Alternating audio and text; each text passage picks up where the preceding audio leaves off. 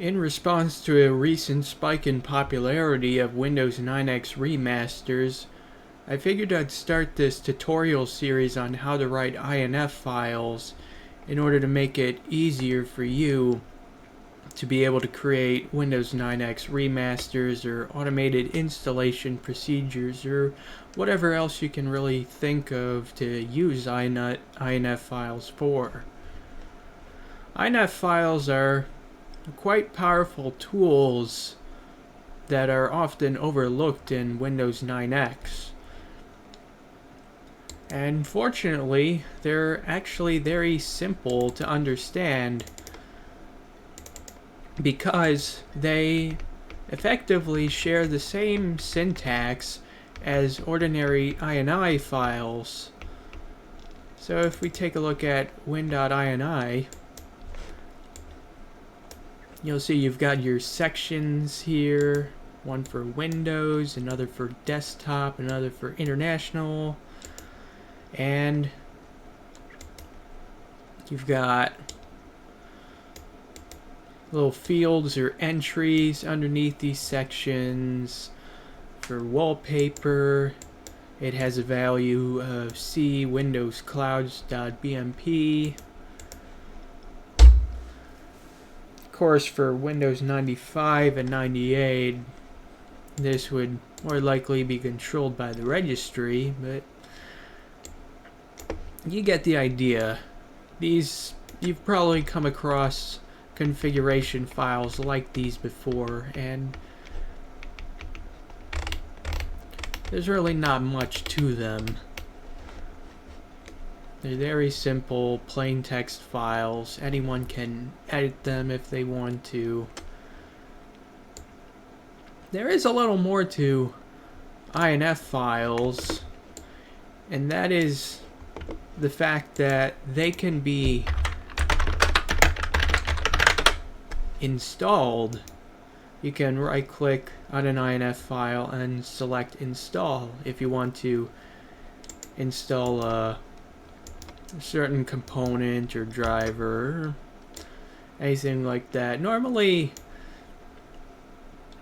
the process is generally going to be invisible to the user, but you can use this install link if you desire to do so, and that is what we're going to be doing for this tutorial. So the goal here is to copy these two text files to the C Windows directory.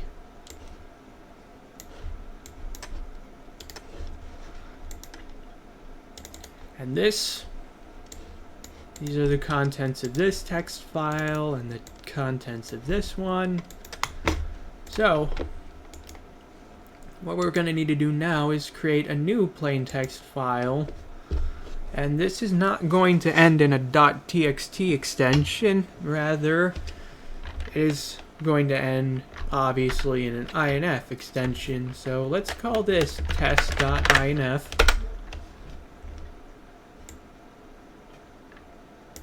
I'm going to open this.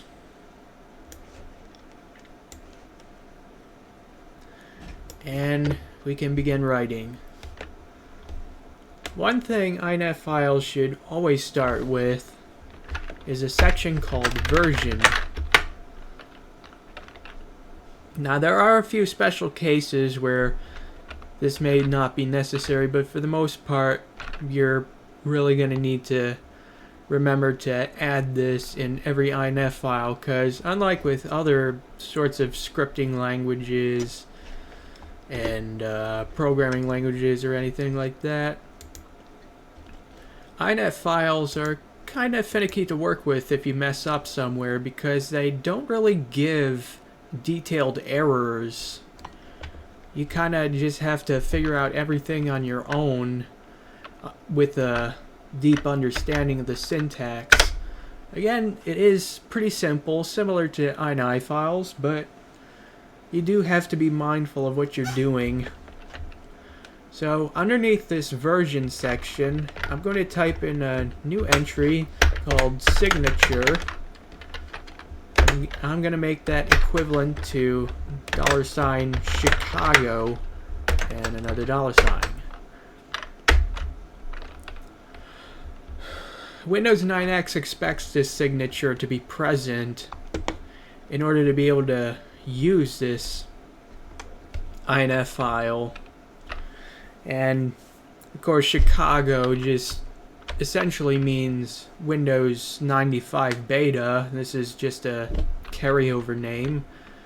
If you're using a Windows NT based operating system, you might change this to something like Windows NT, but we're not doing that here.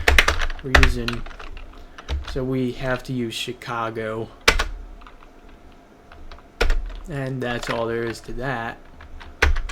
Now, in order to be able to get our install link to actually work, we need a section that will be able to execute certain directives in our INF file. And for that, Windows will look for a section called default install. Now, technically, it doesn't have to be default install that this link points to, because technically, if we go into folder options and file types and scroll down to, I think it's setup information, if we go into edit and take a look at the install action, you can actually change the section that setup executes by default, like something else, but I do not recommend doing this. I would just rather leave it at default install, and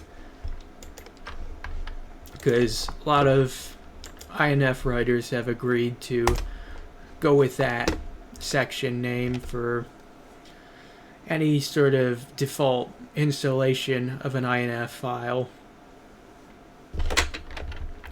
So underneath this section, we need to add some directives. And the one we're going to be focusing on today is CopyFiles.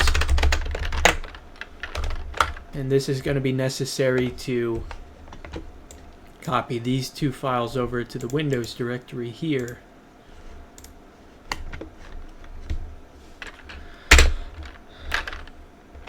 Now, you can't copy the files directly. This is not valid. Instead, you have to point to a new section of which we are going to create.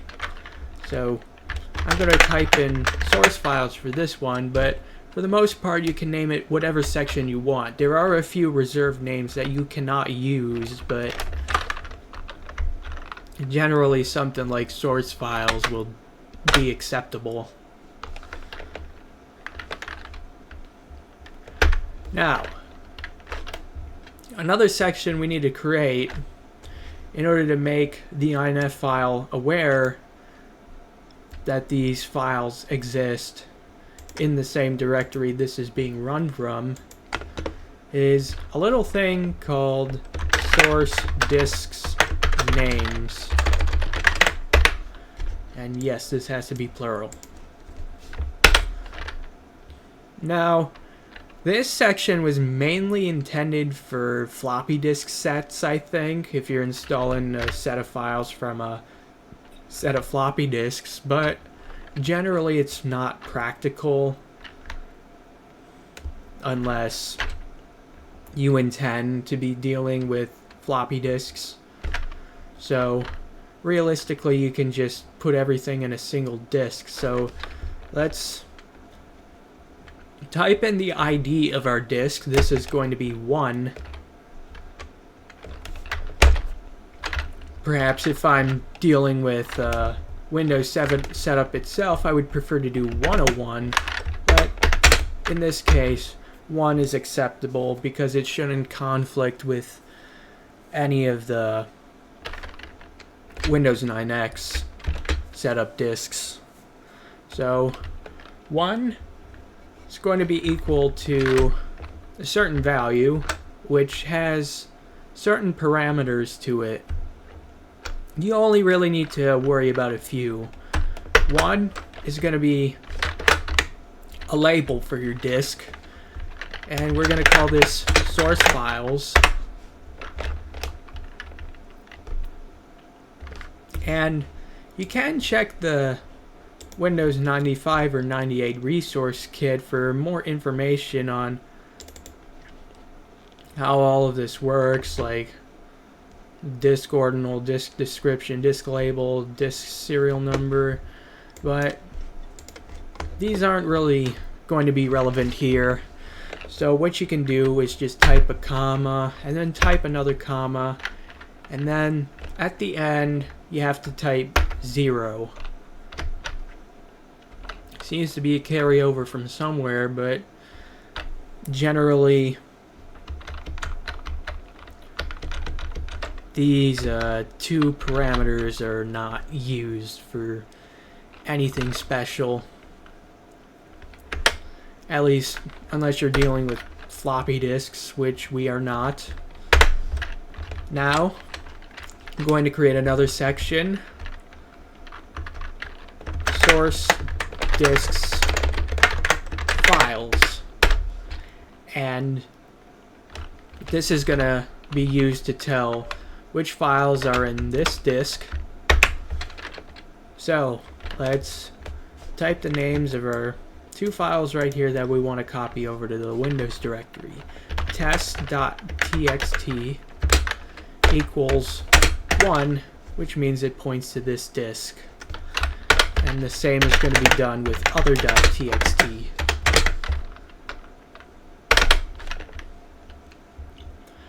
Of course, the other issue is that the INF file does not yet know where to point,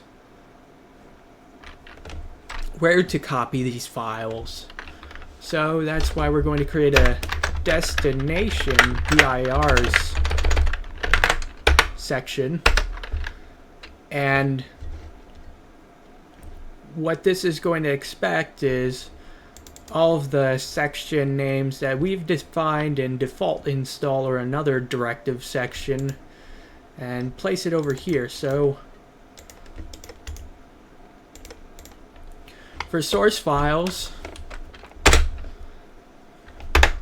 you cannot just type in C:\Windows, because what it expects first, if I can bring this up, it expects to have a logical disk identifier to be put in place first. So, if we want to copy the files to the Windows directory, if we take a look here, there's an LDID value called 10, and this is very clearly the Windows directory. Now this is a pretty smart little thing they've got in there, because sometimes you might have multiple hard drives, or your Windows directory might be named something else. Usually it's not, but for the event that it is, this allows the INF file to work as consistently as one would expect.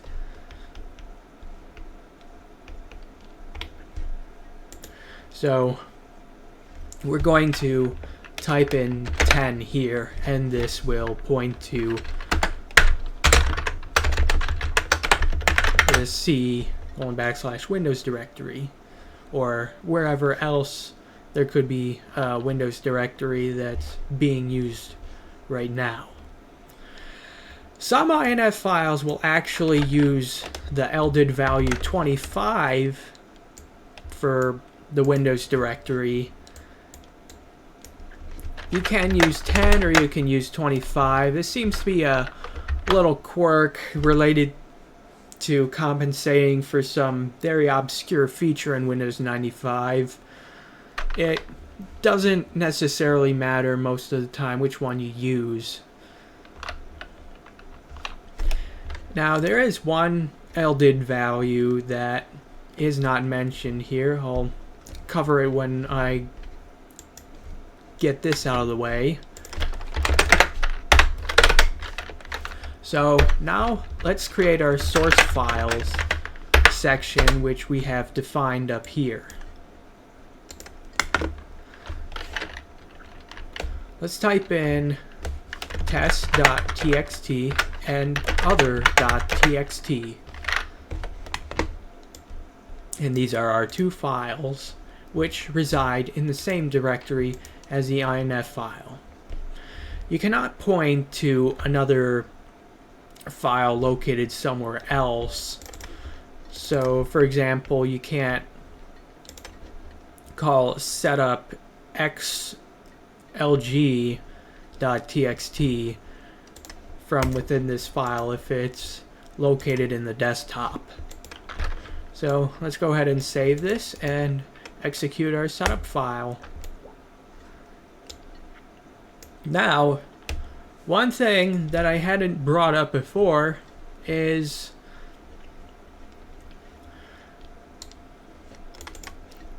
there's a little other quirk with INF files in that they don't read the very last byte of a text file. So instead of seeing it try to copy other.txt, it instead tries to copy other.tx. So we're going to go ahead and cancel out of that, and the most common solution to get around this issue is to just always leave a blank line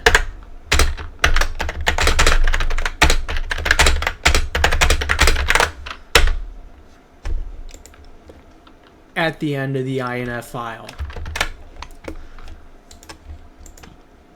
So let's try this again. You'll see it very quickly copied some files, and now let's check the Windows directory. And there they are. Test.txt and other.txt. Now I'm gonna mention LDID value that was not documented in the Windows 95 resource kit. This is 24. Very straightforward. It just points to the root of the disk drive that's being used, and as you can see, the text files are also found in here. So now let's just change this back. And now I'm going to update this text file and install the files.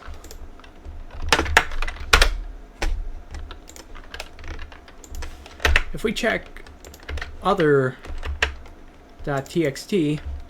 you'll see that it has been updated, and we did not get a confirmation to overwrite this file. So you do have to be careful with that. One thing you could do here is, if you want to have this file renamed to something else when you go about, you know, basically copying this file over to the directory, is this name can be a different parameter. I'm going to change this back. This can be the second parameter, and so this is going to be the name of the source file, and preceded by a comma and the name of the new file. And let's install it again.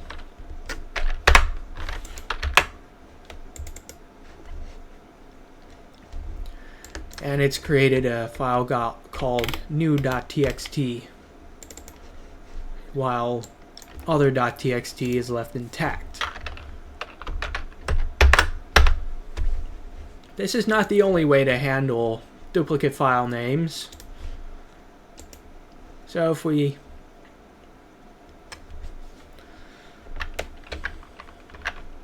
add a flag here by just adding 3 commas, of course the second parameter could still be used for the name of the source file, and then this is generally unused. It was supported in Windows 9X, but I do not recommend using that parameter. So for the end of this one, you can add a binary flag in decimal format. For example, I'm going to add the flag 16.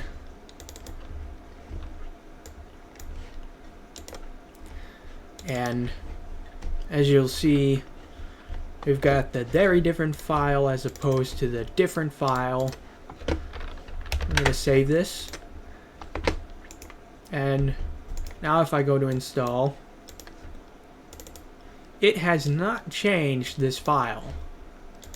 It is still the same, while the source file is different.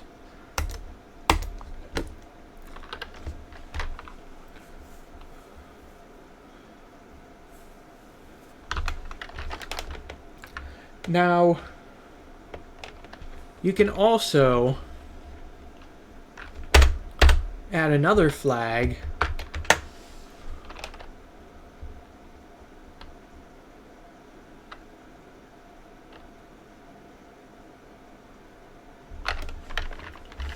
which is of the number 8, and what this will do is that once you go to install the file, let's actually demonstrate by deleting this first.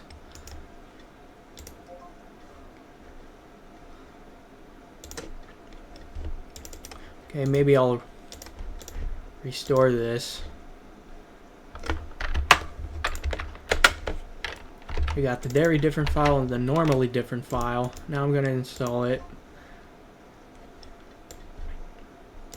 And you'll see it's actually created a temporary file called other.002. If I take a look at it, it says this file is different. The name of this flag, 8, according to the official Microsoft documentation, is copy flag force file in use. So it'll say the file is currently in use, and in order to be able to overwrite it, you first have to restart your computer.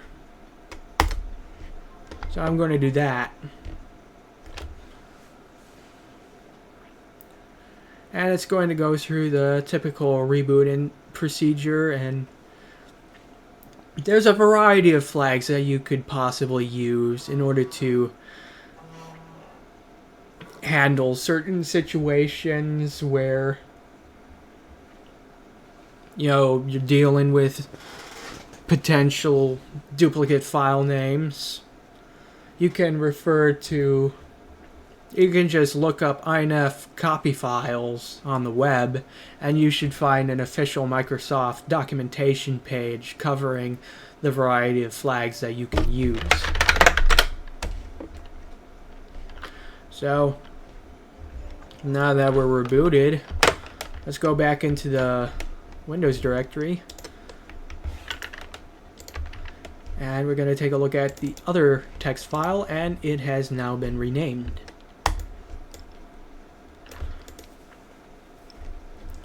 So, as you can see, INF files are pretty powerful little tools. You don't have to create any sort of installation executable. You don't have to deal with any sorts of super complex third-party solutions. You can just create a text file and tell users to install that. So, that's all for this segment of the INF writing tutorial. I'll see you in the next one.